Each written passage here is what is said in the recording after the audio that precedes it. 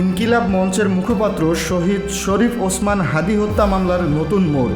ঢাকা মহানগর পুলিশ বলছে, মূল আসামিরা চিহ্নিত হওয়ার আগেই অবৈধভাবে সীমান্ত পেরিয়ে ভারতে পালিয়ে যায়। তবে মেঘালয় পুলিশ ও ভারত কর্তৃপক্ষ এই দাবি সরাসরি নাকচ করেছে।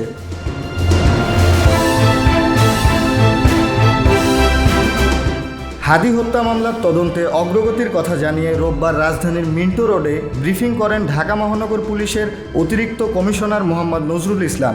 তিনি জানান, মামলার মূল আসামিদের চিহ্নিত করার আগেই তারা পালিয়ে যায় এবং ভারতের মেঘালয় রাজ্যের তুরা এলাকায় আত্মগোপন করে।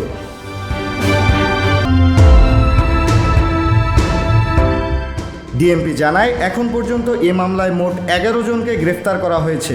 এর মধ্যে 6 জন আদালতে স্বীকারোক্তিমূলক জবানবন্দি দিয়েছেন। পুলিশের পক্ষ থেকে জানানো হয়েছে, আগামী 7 থেকে 10 দিনের মধ্যে মামলার চার্জশিট দাখিল করা হবে। তবে হত্যার মূল কারণ এবং পরিকল্পনাকারীদের বিষয়ে এখনও নিশ্চিত কোনো তথ্য দিতে পারেনি তদন্তকারীরা।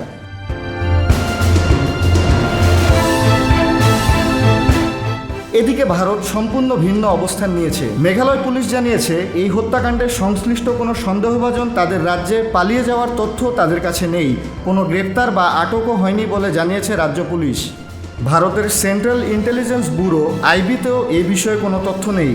তবে মেঘালয় রাজ্য পুলিশ মহাপরিদর্শক বলেন, এ বিষয়ে নিশ্চিত কোনো তথ্য নেই। অন্যদিকে বিএসএফের মেঘালয় ফ্রন্টিয়ারের ইন্সপেক্টর জেনারেল ওপি উপাধ্যায় জানান, এ দাবি সত্য নয়, এটি সম্পূর্ণ উদ্দেশ্যপ্রণোদিত এবং বানোয়াট।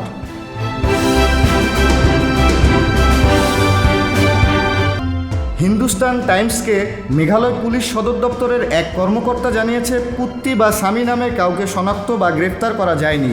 ভারতীয় কর্তৃপক্ষের সঙ্গে কোনো আনুষ্ঠানিক সমন্বয় ছাড়াই এ ধরনের তথ্য প্রচার করা হয়েছে বলেও দাবি করা হয়। একদিকে ঢাকার দাবি, অন্যদিকে ভারতের সরাসরি অস্বীকার। হাদী হত্যা মামলার আসামিদের অবস্থান নিয়ে এখনও রয়ে গেছে ধোঁয়াশা। তদন্তের চূড়ান্ত প্রতিবেদনের দিকে তাকিয়ে এখন পুরো দেশবাসী। মেহেদী সৌরভ, ঢাকা ওয়াচ।